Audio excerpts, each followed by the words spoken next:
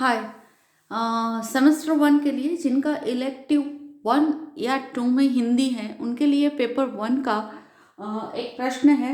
कैदी और कोकिल काव्य का भावार्थ स्पष्ट कीजिए। जिसके उत्तर के रूप में हम देखेंगे प्रस्तावना, भावार्थ, उपसंहार। अब हम देखते हैं प्रस्तावना के रूप में कवि ने यह कविता कैदी और कोकिल उस समय लिखी है जब देश ब्रिटिश शासन के अधीन गुलामी के जंजीरों में जकड़ा हुआ था और वे खुद भी एक स्वतंत्रता सेनानी थे, जिसके लिए स्वयं उन्होंने भी कई बार जेल यात्रा की थी, यानी कि वे कई बार जेल गए थे। और तभी वे इस बात से अवगत हुए कि जितने भी स्वतंत्रता सेनानी उन्हें जेल भेजा जाता था, उनके साथ कितना दुर्व्यवहार किया जाता था। और इसी सोच को उन्होंने उस समय समस्त जनता के सामने लाने के लिए इस कविता की रचना की है। अब हम काव्य का भावार्थ देखेंगे। क्या गाती हो, क्यों रह रह जाती हो, कोकिल बोलो तो क्या लाती हो, संदेश किसका है, कोकिल बोलो तो। प्रस्तुत पंक्तियों में कवि सुमित्रानंदन पंत ने कारागार में बंद एक स्वतंत्रता सेनानी के मनोदशा को दर्शाया है कि रात के घोर अंधकार में अपने कारागृह में के ऊपर जब वह सेनानी एक कोयल को गाते हुए सुनता है तो उसके मन में कई तरह के भाव एवं प्रसन्नता जन्म लेती है।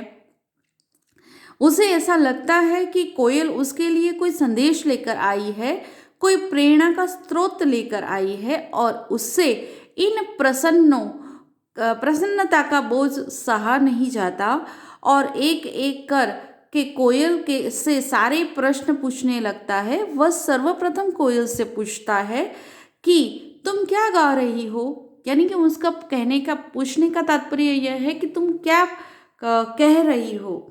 फिर गाते गाते तुम बीच बीच में चुप क्यों हो जाती हो, कोयल बोलो तो क्या तुम मेरे लिए कोई संदेश लाई हो। अगर कोई संदेश लेकर आई हो तो उसे कहते कहते चुप क्यों हो जाती हो, और यह संदेश तुम्हें किस स्रोत से मिला है, कोयल बोलो तो, यानी किसने उन्हें भेजा है, यह वह प्रश्न पूछते हैं। आगे काव्य कुछ ऐसा है। ऊंची ची काली दीवारों के घेरे में, ऊंची काली दीवारों के घेरे में, डाकू चोरों बटमारों के डेरे में, जीने को देते नहीं पेट भर खाना, मरने भी देते नहीं तड़प रह जाना, जीवन पर अब दिन रात कड़ा पहरा है। शासन है या तम का प्रभाव गहरा है, हिमकर निराश कर चला रात भी काली, इस समय काली माँ मई जगी क्यों आली। आगे कारागृह में बंद स्वतंत्रता सेनानी अपनी जेल के अंदर होने वाले अत्याचार व एवं अपनी दयनीय स्थिति का वर्णन करते हुए कहते हैं कि उन्हें जेल के अंदर अंधकार में काली ऊंची दीवारों के बीच डाकू चोरों के मध्य रहना पड़ रहा है, जहां उनका कोई मान सम्मान न है, जबकि स्वतंत्रता सेनानी के साथ इस तरह का बर्ताव नहीं किया जाना चाहिए। आगे उनकी दयनीय स्थिति का पता चलता है अब जब वो बताते हैं कि उन्हें जीने के लिए पेट भर खाना भी नहीं मिलता, उन्हें मरने भी नहीं दिया जाता और जीने भी नहीं दिया जाता। तात्पर्य यह है कि उन्हें तड़पा तड़पा कर जीवित रखना ही शासन का उद्देश्य रहा है। इस प्रकार उनकी स्वतंत्रता छीन ली गई है और उनके ऊपर रात दिन कड़ा पहरा लगा होता है। इस प्रकार शासन उनके साथ घोर अन्याय कर रहा है और इसी कारण चारों ओर सिर्फ निराशा ही निराशा उन्हें दिखाई देती है। और इसीलिए स्वतंत्रता सेनानी कोयल के माध्यम से कवि पूछते हैं कि हे कोयल, इतनी रात को तू क्यों जग रही हो और दूसरों को क्यों जगा रही हो। आगे देखते हैं, क्यों हुक पड़ी वेदना बोझ वाली सी, कोकिल बोलो तो क्या लूटा मृदुल वैभव सी, मृदुल वैभव की रखवाली सी, कोकिल बोलो तो। इन पंक्तियों में कवि जेल में बंद स्वतंत्रता सेनानी कोयल के आवाज में दर्द का अनुभव करता है और उसे ऐसा लगता है कि कोयल ने अंग्रेज सरकार द्वारा किए जाने वाले अत्याचार को देख लिया है, इसीलिए उसके कंठ मीठी एवं मधुर ध्वनि के बजाय वेदना का स्वर सुनाई देता है, जिसमें कोयल की हुक है। कवि के अनुसार कोयल अपनी वेदना सुनाना चाहती है, इसीलिए कवि कोयल से पूछ रहा है कि कोयल बोलो तो तुम्हारा क्या लुट गया है जो तुम्हारे कंठ में इतनी वेदना है, ऐसी तुम हुक सुनाई देती, ऐसी हुक तुम कर रही हो। कवि के अनुसार कोयल तो सबसे मीठी एवं सुरीली आवाज के लिए विख्यात है, जिससे गाते हुए सुनकर कोई भी मनुष्य प्रसन्न हो जाता है। लेकिन जेल में बंद उस स्वतंत्रता सेनानी को कोयल की आवाज न ही सुरीली लगती है और ना ही मीठी, बल्कि उसे कोयल की आवाज में दुख और वेदना की अनुभूति होती है और वह व्याकुल हो उठता है। कोयल से बार बार पूछता है कि कोयल, तुम्हारे ऊपर क्या विपदा आई है जो तुम इस प्रकार गा रही हो। आगे देखते हैं, क्या हुआ बावली अर्धरात्रि को चीखी, कोकिल बोलो तो किस दावानल की ज्वालाएं है दिखी, कोकिल बोलो तो। यहाँ स्वतंत्रता सेनानी ने कोयल को इस तरह अंधकार से भरे अर्धरात्रि में गाना, यानी चीख चीख कर जो गाती है, वह गाना उसे अस्वाभाविक लगता है और इसीलिए वह उसे कहता है कि कोयल को बावली कहते हुए कहता है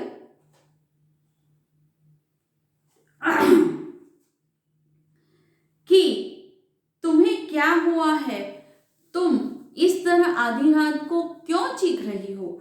यहाँ पर कवि ने जंगल की भयावह आग से अंग्रेजी सरकार द्वारा की जाने वाली यातनाओं को संबोधित किया है और उन्हें ऐसा लग रहा है कि कोयल ने अंग्रेजी सरकार की करामात देख ली है और इसीलिए वह चीख चीख कर सबको बता रही है।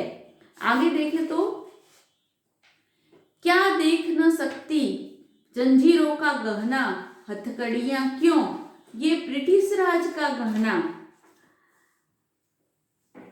कोल्हू का चरक चूं जीवन की तान, गिट्टी पर अंगुलियों ने लिखे गान, हूं मोट खींचता लगा पेट पर जुआ, खाली करता हूं ब्रिटिश अकड़ का कुआं, दिन में करुणा क्यों जगे, दिल में करुणा क्यों जगे रुलाने वाली, इसलिए रात रात में गजब ढा रही आली। अब यहाँ पर कवि कहते हैं कि कैदी को यह लगता है कि कोयल उसकी इस दशा और उसे जंजीरों में बंधा देखकर इस तरह चीख पड़ी है और इसीलिए कैदी कोयल से कहता है कि क्या तुम हमें इस तरह जंजीरों में लिपटे हुए नहीं देख सकती हो और इसीलिए तुम चीख पड़ी हो। अरे ये तो अंग्रेजी शासन और के द्वारा हमें दिए गए गहने हैं, अब तो कोल्हू तक के चलने की आवाज हमारे लिए जीवन का प्रेरणा गीत बन गई है और इस दिन भर पत्थर तोड़ते तोड़ते हम उन पत्थरों में अपनी उंगलियों से भारत की स्वतंत्रता की गान लिख रहे हैं और हम अपने पेट में रस्सी बांधकर कोल्हू का चरसा चला चला कर ब्रिटिश शासन की अकड़ का कुआं खाली कर रहे हैं। अर्थात उनका कहने का मतलब यह है कि हम इतनी यातनाओं को सहने और भूखे रहने के बाद भी अंग्रेजी शासन के सामने नहीं झुके हैं, जिससे उसकी अकड़ जरूर कम हो जाएगी। और इसी वजह से हमारे अंदर दिन में यातनाओं को सहने के लिए गजब का आत्मबल होता है, जिससे हमारे अंदर कोई करुणा उत्पन्न नहीं होती और न ही हम रोते हैं। और यह बात तुम्हें पता चल गया है और इसीलिए शायद तुम हमें रात में सांत्वना देने आई हो, परंतु तुम्हारे इस वेदना भरे स्वर में ने हमारे ऊपर गजब ढा दिया है और हमारे मन को व्याकुल कर दिया है। आगे कहते हैं कि इस शांत समय में अंधकार को बेद रो रही हो क्यों क्यों हो? कोकिल बोलो तो चुपचाप मधुर विद्रोह बीज इस भांति बो रही क्यों हो? कोकिल बोलो तो। कैदी कोकिल से आगे बताता है, कहता है कि इस अर्धरात्रि में तुम अंधकार को चिरती हुए इस तरह क्यों रो रही हो? कोयल बोलो तो क्या तुम हमारे अंदर अंग्रेजी शासन के खिलाफ विद्रोह के बीज बोना चाहती हो? और इस तरह कवि ने एक स्वतंत्रता सेनानी जिसे कैदी बनाकर रखा गया है उसकी मन की स्थिति का यहाँ पर वर्णन किया है। आगे कहते हैं कि काली तू रजनी भी काली, शासन की करनी भी काली, काली लहर कल्पना काली, मेरी काल कोठरी काली, टोपी काली कमली काली, मेरी लौह श्रृंखला काली, पहरे की हुंकृति की ब्याली, जिस पर है गाली ए आली। यहाँ पर कवि ने अंग्रेजी शासनकाल के दौरान जेलों में स्वतंत्रता संग्रामियों के साथ घोर अन्याय का चित्रण प्रस्तुत किया है और काले रंग को हमारे समाज में दुख और अशांति का प्रतीक माना गया है और इसीलिए कवि ने यहाँ हर चीज को काला बता दिया है। और इसी के लिए कवि कैदी के माध्यम से कह रहे हैं कि कोयल तू खुद काली है और रात भी घोर काली है। और ठीक इसी तरह अंग्रेजी शासन द्वारा की जाने वाली करतूतें भी काली है और जेल के अंदर वाली चार दीवारी में चलने वाली हवा भी काली है। मैंने जो टोपी पहनी हुई है वह भी काली है और कंबल भी जो मैं ओढ़ता हूँ वह काला है। मैंने जो लोहे की जंजीरें पहन रखी है वह भी काली है और इस तरह में हमारे अंदर आने वाली कल्पनाएं भी काली है। इतनी यातनाओं को सहने के बाद हमारे ऊपर दिन भर नजर रखने वाले पहरेदार की हुंकार और गाली भी हमें सुनाई पड़ती है। इस काले संकट सागर पर मरने की मदमाती कोकिल बोलो तो अपने चमकीले गीतों को क्यों क्यों क्यों कर हो तैराती कोकिल बोलो तो।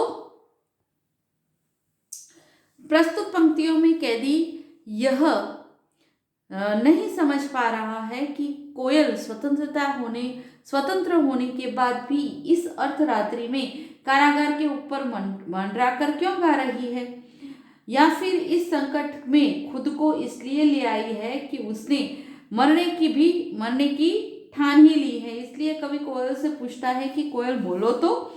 कवि यह नहीं समझ पा रहा कि कोयल अपनी मधुर एवं मीठी आवाज को इतनी रात में इस अंधकार में भरी काल कोठरी के ऊपर मंडराकर क्यों व्यर्थ में गा रही है। इसका कोई लाभ होने वाला नहीं है और इसीलिए कैदी कोयल से पूछ रहे हैं कि कोयल बोलो तो। तुझे मिली हरियाली डाली, मुझे मिली कोठरी काली, तेरा नभ भर में संचार, मेरा 10 फुट का संसार, तेरे गीत कहावे वाह, रोना भी है मुझे गुनाह, देख विषमता तेरी मेरी, बजा रही तिस पर रणभेरी। यहाँ पर कवि ने स्वतंत्र कोयल एवं बंदी कैदी की मनस्थिति की तुलना बड़ी मार्मिक रूप से की है। जहाँ एक और कोयल पूरी तरह से स्वतंत्र अपने मन के मुताबिक किसी भी पेड़ की डाली में जाकर बैठ सकती है। वहीं दूसरी ओर कैदी के लिए अंधकार से भरी 10 फुट की जेल की 4 दीवारें हैं, जिसमें उसे अपना जीवन बिताना है और जहां पर वो अपनी इच्छानुसार कुछ भी नहीं कर सकता। जहाँ एक और कोयल के गान को सुनकर सब लोग वाह वाह करते हैं, वहीं दूसरी ओर किसी कैदी के रोने का गाना सुनाई देता है, यानी कि किसी कैदी के रोने की आवाज़ सुनाई देती है। इस प्रकार कैदी और कोयल के मन परिस्थिति में जमीन आसमान का फर्क है। एक और जहाँ कोयल स्वतंत्र है, वहीं दूसरी ओर कैदी तो का कुछ कभी नहीं कर सकता, इसलिए क्योंकि वह बंदी है। इस कृति पर अपनी कृति से और क्या कर दूं, और कहो क्या कर दूं। कोकिल बोलो तो मोहन के व्रत पर प्राणों का आसव किस में भर दूं। कोकिल बोलो तो प्रस्तुत पंक्तियों में कवि ने कोयल और कैदी दोनों के अंदर स्वतंत्रता की भावना को दिखाया है, और जहां एक और कोयल अपनी ध्वनि से देशवादी वासियों में विद्रोह को जागरूक कर रही है, वहीं दूसरी ओर कैदी स्वतंत्रता के लिए लगातार अंग्रेजी शासन की यातनाएं सह रहे हैं। इसलिए कवि ने यहाँ कैदी के लिए कोयल की आवाज को एक प्रेरणा का रूप देकर जिसे सुनकर कैदी और कुछ भी करने के लिए तैयार हो जाता है। इसीलिए इन पंक्तियों में कैदी को कैसे पूछ रहा है कि कोयल मुझे बता कि गांधी जी का चलाए जा रहे इस स्वतंत्रता संग्राम में मैं किस तरह अपने प्राण झोंक दूं। मैं तुम्हारे संगीत को सुनकर अपनी रचनाओं में के द्वारा क्रांति की ज्वाला भड़काने वाली अग्नि को पैदा कर रहा हूँ, लेकिन मैं और क्या कर सकता हूँ। मैं और क्या कर सकता हूँ, हे कोयल बोलो तो।